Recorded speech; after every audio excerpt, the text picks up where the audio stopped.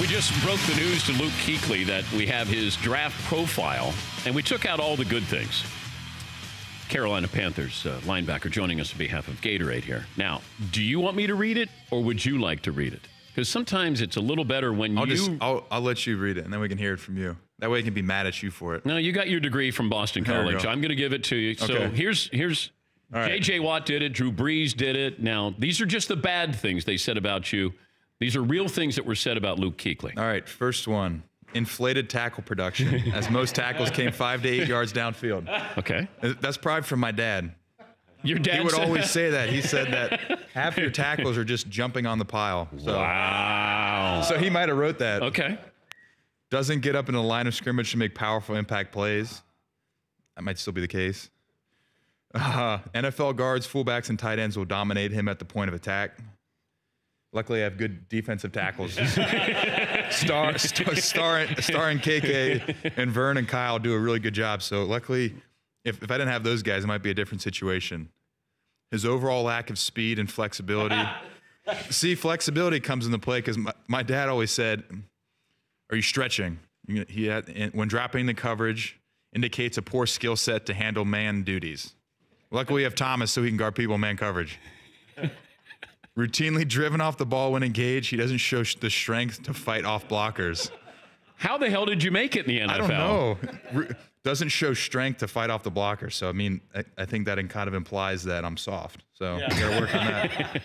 Kuechly is an average athlete with good vision, but poor strength and no ability to work off blockers. Daggone. I might as well just quit. Hey, you know what? Hey, just a little humbling thing, right? Yeah. Did you guys rate these? Aren't you glad you 1, 2, 3, 4, 5. 1, 2, 3, 4, 5. 6. Yeah. One of you guys. A cameraman also. And then my dad was 6, so it was you guys plus my dad. How tough was your dad on you? No, he was great. He was very supportive. Whatever you wanted to do, he was cool with it, but you just had to finish it. And I wrestled for 1 year when I was younger. I didn't do very well, and I didn't really quite, frankly, enjoy it a whole lot. But he said, if you're going to start it, you got to finish it. And for me, he said, if you want to come in and wrestle for 1 year, great, but you got to finish that year. And so it was after I got done with that year, he said, if you don't want to wrestle anymore, you're good. So it was never. He was there supportive regardless if I wanted to play football, if I didn't want to play football, if I wanted to play basketball or soccer or lacrosse, whatever it was. Both him and my mom were very supportive. So how many scholarship offers? Oh man, my final 4 schools. That's I don't remember how many I had, but the final 4 were Stanford, Duke, BC, and Virginia. So I couldn't get in any of those schools with just so I figured I might as well. That was another thing that my mom and dad said. You got to try to go somewhere that you wouldn't have been able to get into without football. So that's why I picked those schools. Now, why not Stanford?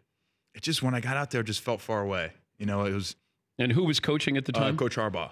Oh. So they were good. You know, they had Andrew Luck. They were they were just on the cusp of, you know, kind of breaking out and being really good. I think they were good a couple years before too. But I got out there and it just felt far away. It would have been hard for my parents to get to games. You know, they came. One of them was at every game except one. So they could drive down to the Carolinas. They could go to the games in Virginia. And so everything was pretty easy for him to get to. He's Luke Kuechly, the Panthers linebacker.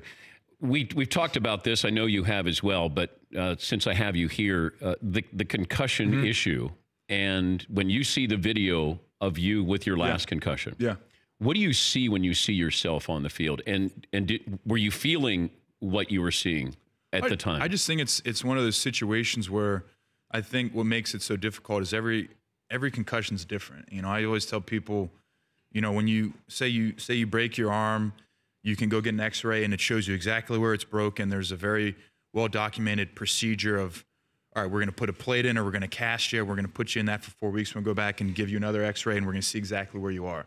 I think the thing with concussions that makes it different is it's hard to do that. So everyone's different. Everyone reacts differently to each one.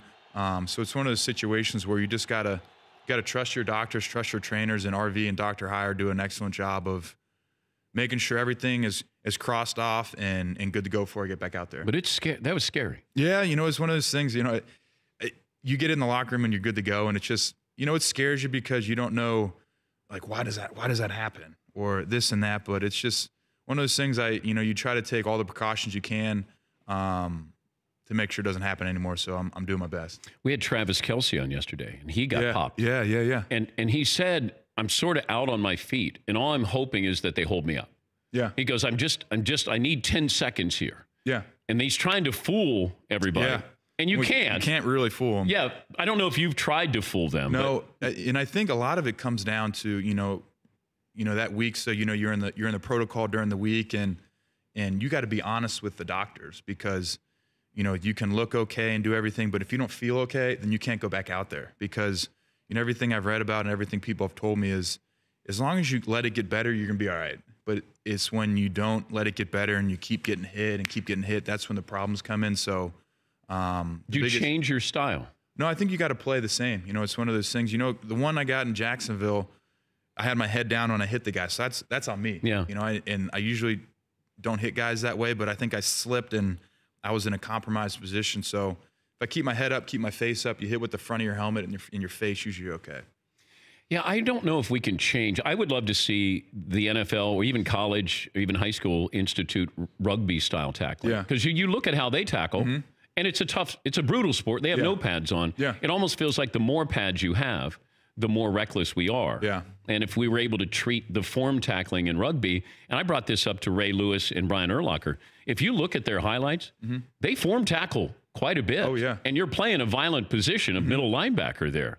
I don't know if we can reteach that and how long that would take. Well, I think it's just, like you said, the teaching aspect, it's got to start from when you're a little kid of keeping your head and your face up and hitting with the front of your body and your shoulders. And, it's difficult in this day because the game moves so fast. Guys are, guys get put in weird positions on trying to tackle guys. If you're in a hole, then this guy makes a shake move on you, and then you got to be leaning this way to get him. It's not like, not every tackle is, all right, he's going to run right into me, I'm just going to form him up and hit him.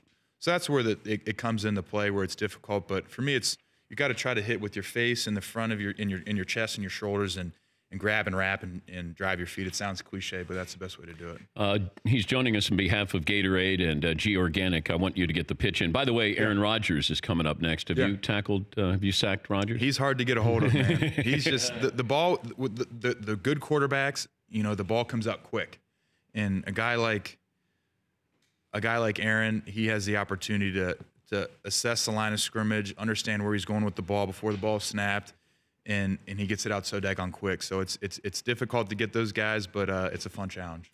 Who have you not gotten that you're just? I don't think I've gotten Drew in our division. We got really good quarterbacks in our division, so it's a challenge. Would you like to get Cam? Yeah, absolutely. You can't get near him. You can't get near him, and he's a big dude, though. Yeah, he's big. He does a good job, but he's just he's so physically gifted in practice. Especially, we'll do like goal line install or short yardage install, and they'll run a quarterback power play with Cam, and he'll just jog on by knowing that we can't hit him, and he'll start running his mouth, and him and Thomas go at it, so it's fun. All right, your plug with Gatorade. We've appreciated the people with Gatorade and the product, so if you'd like to give your pitch. Yeah, so, we're talking about Gatorade Organic today, and, they've been around. Gatorade Organic's been around since, 2016, a couple years ago. We just got it in the locker room this past year, and I think everybody kind of knows about their primary, product lines of Gatorade with the normal Gatorade and the G2 and the bars and everything, but the new organic version came out. They got some new flavors popping out. It's a limited ingredient size, and I think it just gives everyone an option to kind of fit what they want to do. Is there a website with this, or is it just it's Gatorade and G Organic? Yeah, Gatorade and G Organic. Yep. All right. By the way, McLovin says that tackles are overrated. Because I'm looking at the number of tackles. You wrote that? You wrote that my dad on So there. you got 818 tackles. Yeah. McLovin says tackles are the most overrated stat. It's not exactly. Now he's stuttering. That was. Yeah. Well, it just seems like you said, there's a pile, and the tackle always sort of goes to one guy on the team when it might be a question of who knows.